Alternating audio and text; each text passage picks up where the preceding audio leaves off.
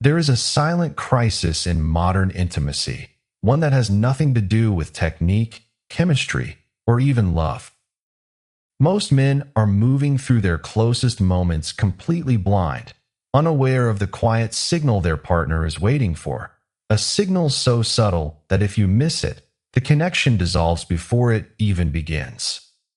By the end of this, you will understand the exact psychological mechanism that unlocks deep trust, and why the fourth shift we discuss is the one that changes everything. We live in an age of hyperacceleration. We rush our mornings, we rush our work, and without realizing it, we rush our relationships. We treat connection like a task to be completed, a destination to be reached. But true intimacy cannot survive in a state of hurry. When we rush, we send a subconscious signal to our partner that their presence is merely a stepping stone to our own satisfaction. This creates tension. It creates a subtle, unspoken pressure that makes genuine vulnerability impossible. The ancient Greeks had two distinct concepts of time. There was chronos, the quantitative, ticking clock of seconds and minutes. And then there was kairos, the qualitative moment of supreme opportunity, depth, and significance. Most men live entirely in chronos. They measure intimacy by duration, by performance, by physical milestones. But a deeply connected partner is waiting for you to step into kairos. They are waiting for you to slow down. Think about the last time you felt truly seen by someone. Was it during a rushed, chaotic moment, or was it in a space of stillness? When you consciously slow down your movements, your touch, and your breath, the atmosphere shifts. You communicate a profound level of safety. You are saying, without words, that nothing else in the world matters right now except this shared space. The Stoic philosopher Epictetus observed that it is not what happens to us that defines us, but how we react to it. In the context of intimacy, how you react to your partner's nervous system is everything. If you react with impatience, you trigger their defenses. If you meet them with calm, deliberate presence, you invite them to surrender to the moment. This leads us to a psychological phenomenon that most men completely overlook. It is the art of anticipation. In modern neuroscience, we know that dopamine, the chemical of desire, is not actually released when we obtain a reward. It is released during the anticipation of that reward. When we skip the build-up and rush straight to the end, we rob the brain of its most powerful chemistry. True anticipation is not a checklist of things to get through. It is a slow, deliberate exploration. Imagine walking through an ancient, beautiful forest. You do not run straight to the deepest clearing. You appreciate the path. You touch the bark of the trees. You listen to the rustle of the leaves. You take in the scent of the air.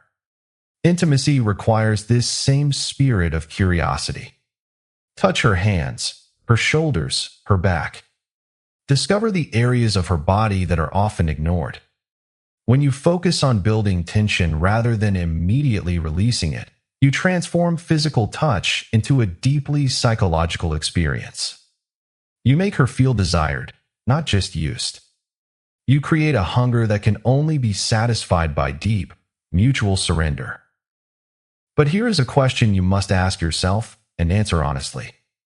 Have you ever caught yourself hiding your true feelings during a moment of closeness because you were afraid of looking vulnerable? This is where many men falter. They fall into the trap of thinking that masculinity requires them to be stoic in the wrong way, cold, silent, and detached. They treat intimacy like a silent performance. But Marcus Aurelius wrote that the soul becomes dyed with the color of its thoughts. If your thoughts are filled with admiration, warmth, and intense appreciation, but you keep them locked inside, your partner is left in a cold vacuum. They cannot read your mind. In the absence of feedback, the human brain default assembles anxiety. They begin to wonder if they are enough, if you are truly there, or if you are simply going through the motions. Speaking your truth in moments of connection is not about reading a script. It is about emotional courage. It is telling her exactly how her touch makes you feel. It is expressing, in real time, the impact she has on you. When you voice your appreciation, you bridge the gap between two separate minds. You make her feel incredibly powerful. There is a profound psychological release that occurs when a person realizes they have the power to move you, to captivate you, and to bring you joy. Do not deny her that gift. If you have made it this far, you are already operating differently than 90% of men.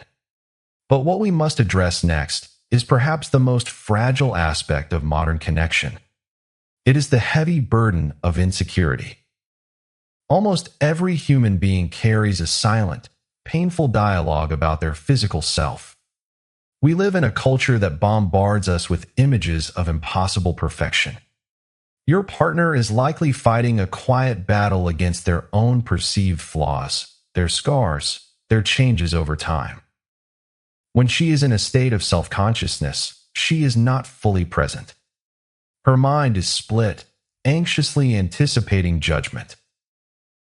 Seneca wrote that true happiness is to enjoy the present without anxious dependence on the future. When you offer genuine, unprompted validation of her physical self, you perform a quiet act of liberation. You free her from the prison of her own doubts. Do not offer generic compliments. Notice the details. Let her know that her unique shape, her warmth, and her very skin are a source of wonder to you. When she realizes she is completely safe from judgment in your eyes, her nervous system relaxes. She steps out of survival mode and into deep, uninhibited presence. This is the foundation upon which unforgettable intimacy is built. Yet, there is one final element that many men find the hardest to embrace. It is the element of vocal resonance. Why is it that so many men feel compelled to remain completely silent during physical intimacy? Often, it stems from a deeply ingrained fear of losing control. We have been conditioned to believe that masculine strength is quiet, immovable, and unaffected. But in the sanctuary of intimacy, silence acts as a barrier. It creates an emotional distance. It leaves your partner performing in the dark, guessing if their presence is bringing you pleasure. Making sound, whether it is a deep breath, a quiet moan, or a whispered word of encouragement, is the ultimate form of feedback. It is a biological signal of alignment. It tells her that you are actively experiencing pleasure, that you are fully inhabited by the moment. Epictetus taught that no great thing is created suddenly. A powerful, lasting connection is built on a series of small, resonant feedback loops. When you express your satisfaction vocally, you feed her confidence. Her confidence, in turn, fuels her desire, creating a beautiful upward spiral of mutual energy and trust. These principles are not complex techniques that require years of training.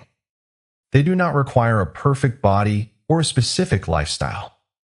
They require something far more rare in today's world: your complete, undivided attention.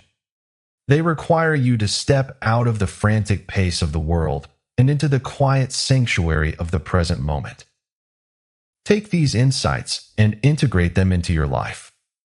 The next time you are with your partner, remember that you have the power to create a space of absolute safety, deep anticipation, and profound emotional resonance.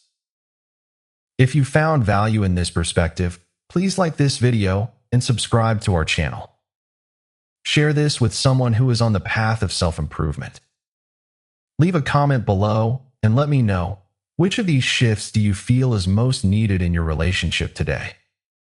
We read every comment, and we are grateful for your presence on this journey. Until next time, stay present, stay connected, and continue to build a mind of strength.